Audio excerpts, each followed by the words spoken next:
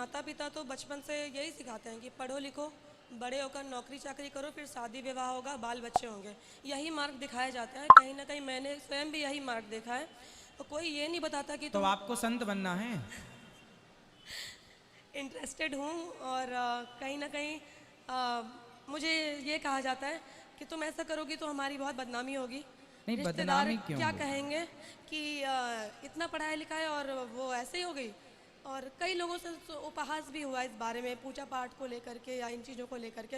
मेरे माँ बाप को ताना तो आपका कसना भी विवाह करने का मन नहीं है? नहीं। क्यों? क्या दिक्कत क्या है ब्याह में? दिक्कत यह है कि मुझे मतलब ये ज्ञात हुआ कि भगवत मार्ग में या हम यहाँ मोक्ष प्राप्ति के लिए आए हैं। विवाह करना या शारीरिक संबंध या ये सारी चीज़ें ये केवल मोह माया है और इनमें समय ज़्यादा मैं ख़राब नहीं करना चाहती बेसिकली।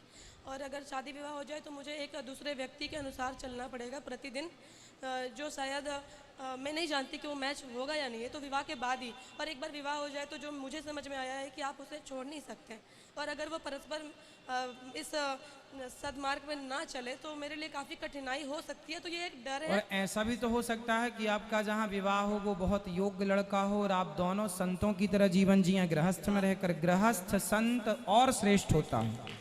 बिल्कुल ऐसा हो सकता है। गृहस्थ संत और श्रेष्ठ होता है। जो गृहस्थ के बाद विरक्त होगा वो पक्का होगा।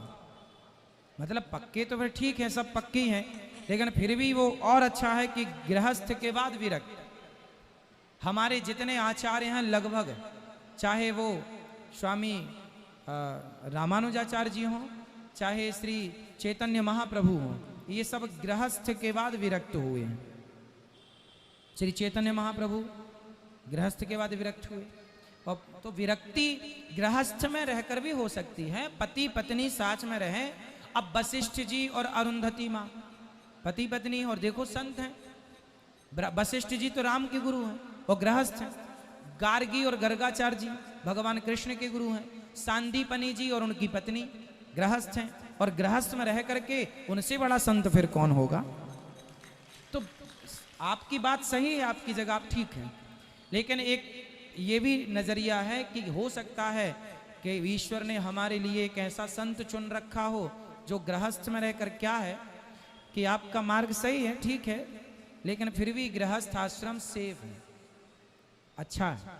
गृहस्थ में रह के और फिर हम सब चीजों को जीते हैं, अपने इंद्रियों को, काम को, क्रोध को, लोभ। चलो आज आपके अंदर कोई विषय वासना नहीं है, ठीक है, लेकिन मन का भरोसा कौन करता है।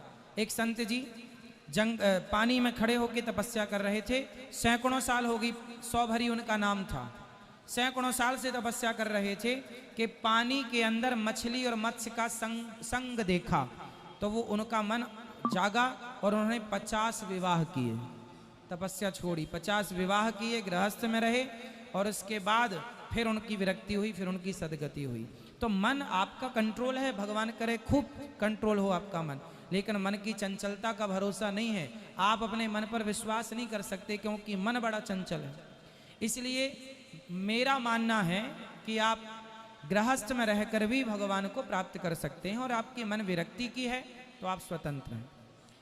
और गुरुजी, क्योंकि लाखों करोड़ों लोग आपको फॉलो करते हैं, तो आप अगर ये मैसेज देंगे तो मुझे विश्वास है कि सब इसको मानेंगे कि अपने बच्चों को अगर हम घर पे बचपन से अध्यात्म की ओर, भगवत प्राप्ति की ओर, मोक्ष प्राप्ति की ओर अगर हम उन्हें ज्ञान दें, अपने धर्म के बारे में ज्ञान दें, जो कि ज़्यादातर लोग नहीं देते समय के कारण, या स्कूल की पढ़ाई है ऐसे वैसे, तो अगर आप कहेंगे तो संत आखिर बनेंगे कैसे जब हम बचपन से उन्हें कुछ ज्ञान देंगे तब। हम तो कहते हैं कि आप गृहस्थ में जाओ और जितने पुत्र हों आपको सबको संत बना डालो, इससे बड़ी सेवा नहीं हो सकती कुछ। आपके ऐसे विचार, पवित्र विचार हैं, तो आप गृहस्थ में जरूर प्रवेश करो और खूब संतान उत्पत्ति करो और खूब संत बनाओ। एक से बढ़कर एक संत होने चाहिए।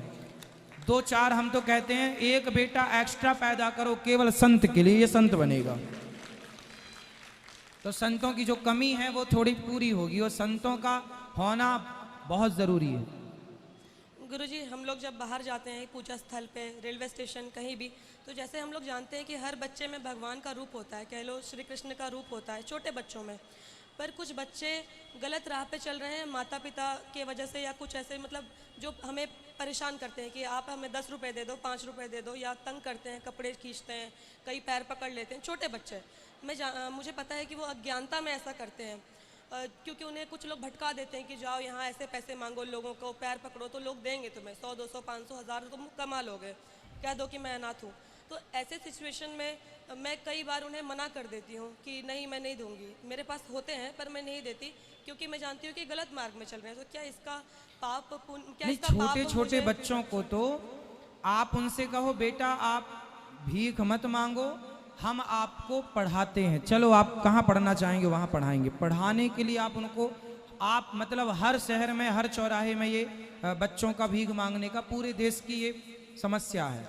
तो मैं इस पे कई बार बोल चुका हूँ कि जो उस शहर के लोग हैं, बुद्धिजीवी हैं, पढ़े लिखे हैं, आप सब एक कमेटी बनाओ और जितने भीख मांगने वाले बच्चे हैं उन सब बच्चों को कहो कि बेटा तुम्हारी जो ज़रूरतें हैं, तुम्हें कपड़ा चाहिए हम देंगे, शिक्षा चाहिए हम देंगे, चलो पढ़ो, हम तुम्हारी फीस भरेंगे, आप लोग मिलजुल के उनको पढ़ाओ लिखाओ।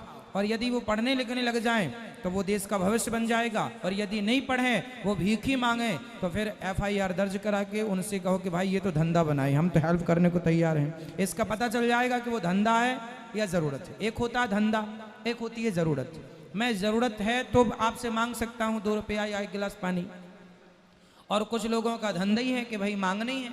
तो धंधा करना गलत है, ज़रूरत के लिए मांग लेना सही है।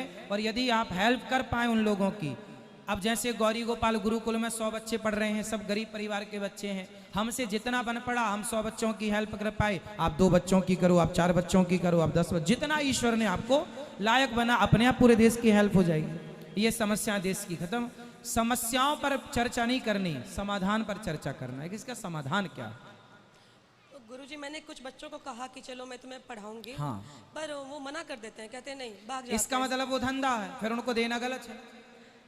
तो मुझे ये जानना है कि क्योंकि बच्चों में भगवान होते हैं और मैं उन्हें मना कर दूं तो क्या इसका ना पाप ना, मुझे नहीं, पाप पुण्य उठाना नहीं पड़ेगा? है, आप अपनी जगह सही है। यदि हम देंगे तो वो भिखारियों को बढ़ावा इस बात का, उन बच्चों को, कई बच्चे तो किडनैप कर लेते हैं लोग, बच्चों से धंधा कराते हैं, इस बहाने क्राइम बढ़ेगा। आप लोग देना बंद कर देंगे, अपने आप लोग समझ जाएंगे कि अब कोई देता नहीं है, तो मतलब बच्चों को पढ़ाना ठीक है, यहाँ पर धंधे पर लगाना ठीक नहीं। कुछ लोग मिसयूज करते हैं बच्चों को चुरा चुरा के, और बच्चों को भिख मंगाने के लिए आप सब जानते हैं कि क्या क्या क्राइम हो रहा है। इसलिए चौराहे पर जो बच्चे हैं उनको आप कहो कि चलो हम तुम्हें खाना दे रहे हैं, कपड़े दे रहे हैं, पढ़ने के लिए, शिक्षा के लिए तुम्हारा सहयोग कर रहे हैं, भीख मत मांगो। यदि आपकी उनकी ये बात मंजूर है आपकी तो बहुत अच्छा है, वरना वो फ्रॉड है।